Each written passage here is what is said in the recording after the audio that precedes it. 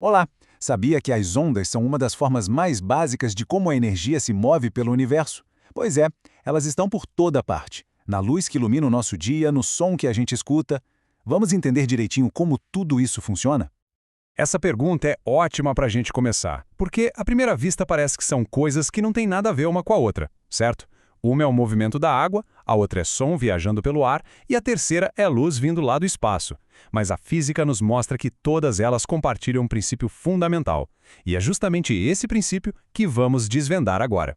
E aqui está o segredo. Todas elas são ondas. Uma onda é basicamente uma perturbação, sabe? Um pulso de energia que vai viajando. O ponto mais importante aqui é que a onda move a energia, mas não a matéria. Pensa numa onda no mar. A água sobe e desce no mesmo lugar, mas ela não viaja junto com a onda até a praia. O que viaja mesmo é a energia daquela perturbação.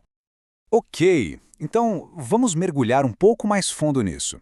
Para entender de verdade as ondas, a gente precisa, quase que dissecar uma delas, conhecer cada parte. Cada pedacinho vai nos contar alguma coisa sobre o comportamento e a energia que ela carrega. Começando lá por cima, a gente tem a crista. É bem simples, é o ponto mais alto da onda, o pico. É aquela parte que a gente vê se destacar numa onda, na água, por exemplo. Não tem erro. E o oposto da crista é o vale. Esse é o ponto mais baixo da onda, o lugar onde ela desce ao máximo. Se a crista é a montanha, o vale é o vale. Literalmente. Juntos, a crista e o vale definem a oscilação completa da onda. Agora a amplitude. Ela mede a altura da onda a partir de um ponto de repouso, mas o mais importante é o que ela representa: a energia. A amplitude está diretamente ligada à potência da onda. Quanto maior a amplitude, mais energia ela carrega. Para ter uma ideia, a diferença entre uma marolinha e um tsunami é basicamente a amplitude, ou seja, a diferença entre um toque suave e uma força devastadora. E aí temos o comprimento de onda, que é representado por aquela letra grega, a lambda. Ele mede a distância física de um ciclo completo da onda, sabe?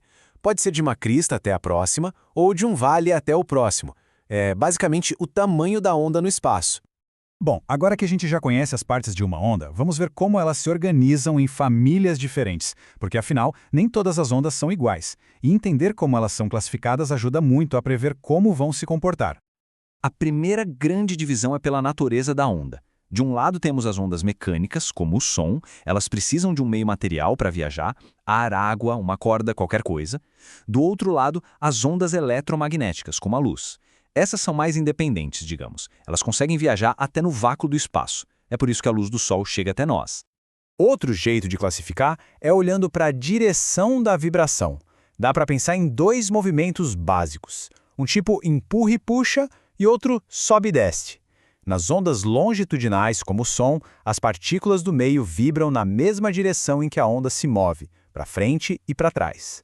Já nas transversais, como numa corda de violão, a vibração é para cima e para baixo, enquanto a onda se move para frente. E falando em ondas eletromagnéticas, elas formam um espectro enorme, gigantesco. A luz que a gente enxerga é só uma fatia minúscula de tudo isso. Ao nosso redor, o tempo todo, tem ondas de rádio, as micro-ondas do nosso forno, a radiação infravermelha que a gente sente como calor, a ultravioleta do sol, até raio-x. É um verdadeiro universo invisível de energia. As ondas não viajam só em linha reta, não. Elas interagem com o ambiente de jeitos bem interessantes. Elas podem se curvar, podem mudar de velocidade, ou simplesmente podem bater e voltar. Vamos começar com um dos fenômenos mais comuns que a gente vê todo dia, a reflexão. Reflexão é exatamente o que o nome diz. A onda bate num obstáculo e ricocheteia, voltando para o mesmo lugar de onde veio. O eco é um exemplo perfeito da reflexão de uma onda sonora. E a nossa imagem no espelho é o resultado da reflexão das ondas de luz. E aí, que tal colocar tudo isso em prática? A física das ondas também tem sua matemática. Mas calma, não precisa se preocupar. Vamos fazer um exercício bem simples para conectar tudo que a gente aprendeu até agora.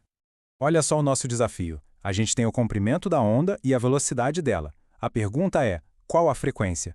Ou seja, quantas oscilações completas essa onda faz a cada segundo? Antes de mostrar a resposta, vale a pena dar uma pensada em como resolver isso. Para resolver o nosso problema, a gente precisa de uma ferramenta essencial, a equação da onda. Ele é a base de tudo não ondulatória e mostra essa relação direta entre velocidade, comprimento de onda e frequência. O legal é que, com ela, se tivermos duas dessas informações, a gente sempre consegue encontrar a terceira. Então vamos lá, passo a passo. Primeiro, isso é muito importante. A gente converte os centímetros para metros, para deixar as unidades todas iguais. Depois, a gente dá uma rearrumada na fórmula para isolar a frequência, que é o que a gente quer achar. E pronto, é só dividir a velocidade pelo comprimento de onda. 200 dividido por 0,05. O resultado, 4.000 Hz, ou, para ficar mais curto, 4 kHz. Essa citação resume muito bem a importância de tudo isso que a gente viu. A ondulatória não é só um capítulo no livro de física, sabe? É um campo inteiro dedicado a entender esses fenômenos que são essenciais para descrever o universo, desde as partículas minúsculas até as maiores galáxias. E para fechar, fica uma reflexão. A gente vive mergulhado num oceano de ondas invisíveis. Sinais de Wi-Fi, de rádio, o calor que a gente sente, tudo isso é energia em movimento. Então fica a pergunta, que outras perturbações estão viajando pelo espaço ao nosso redor agora mesmo, moldando o nosso mundo sem que a gente nem perceba?